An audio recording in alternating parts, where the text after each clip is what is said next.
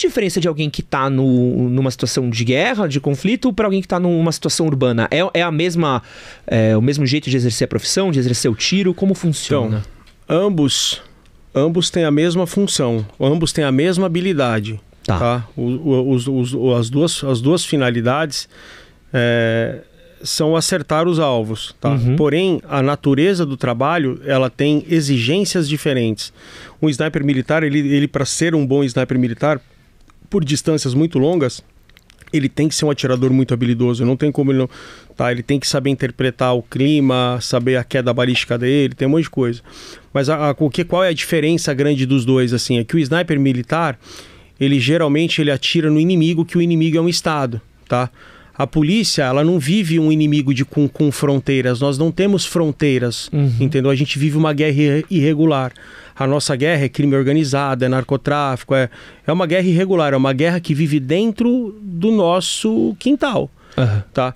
E quando a gente fala de sniper militar, que tem maiores distâncias, tá?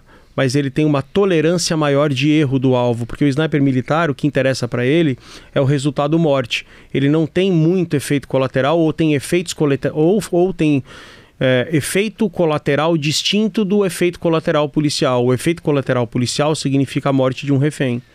Entendeu? Então, o policial, a gente como atirador de precisão, eu não busco o resultado morte no agressor. Eu busco a incapacitação imediata dele. Eu não posso simplesmente causar um ferimento que vai levar ele a morrer daqui 30 segundos. Eu tenho que buscar um ferimento que eu desligue, que fosse como se eu tirasse ele da tomada. Porque o meu efeito colateral é ele atirar na refém, entendeu?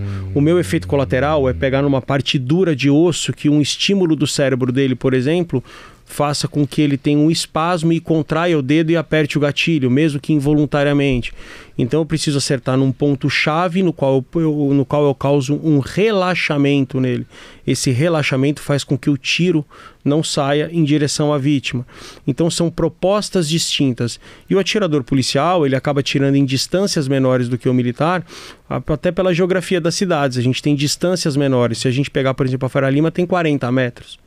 Entendeu? E a posição do sniper é o lado oposto da avenida, da rua, entendeu? Ele não tem posições. E um outro detalhe um pouco mais técnico, mas eu acho que vai ficar claro para todo mundo que está ouvindo, é que uma vez que você aperta o gatilho, a munição, ela tem um tempo de voo. Entendeu? Se eu falar, por exemplo, de um disparo de 300 metros, que já é um disparo com uma distância bastante considerável, eu tenho um tempo de voo de quase meio segundo num calibre 308. Em meio segundo, para uma pessoa que está agitada, o cenário muda. Às vezes ele tirou a cabeça dele e colocou na linha, entendeu? A cabeça do refém. Tipo, em tese, se fosse um alvo parado, o sniper teria acertado. Mas como se mexe, então eu também não posso disparar numa situação de refém numa distância no qual o tempo de voo do meu projétil seja muito longo. Tem que ser praticamente instantâneo. Eu tenho segurança para um tiro desse, entendeu? Com muita segurança, 0,1 segundo, alguma coisa assim, tipo dentro de 100 metros, dentro de 150 metros. Mas 150 metros já é uma distância bastante avançada, porque já começa a aparecer um vento que pode tirar um pouco esse tiro do lugar, entendeu? E não que em distâncias menores isso não possa acontecer, pode acontecer sim, mas quanto menor a distância, menor é a variação, né? Pô, mas tem um bagulho cabuloso. Como é que você, São Paulo, que tem um monte de coisa, vento, prédio que acaba criando vácuo, chuva, um monte de condição doida que a gente tem aqui, tu tem que botar isso na equação quando você vai dar um tiro?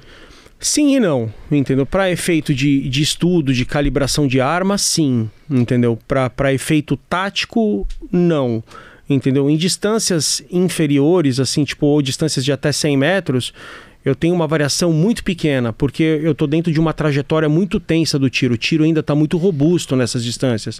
É difícil, tipo, tem que ser um vento muito forte.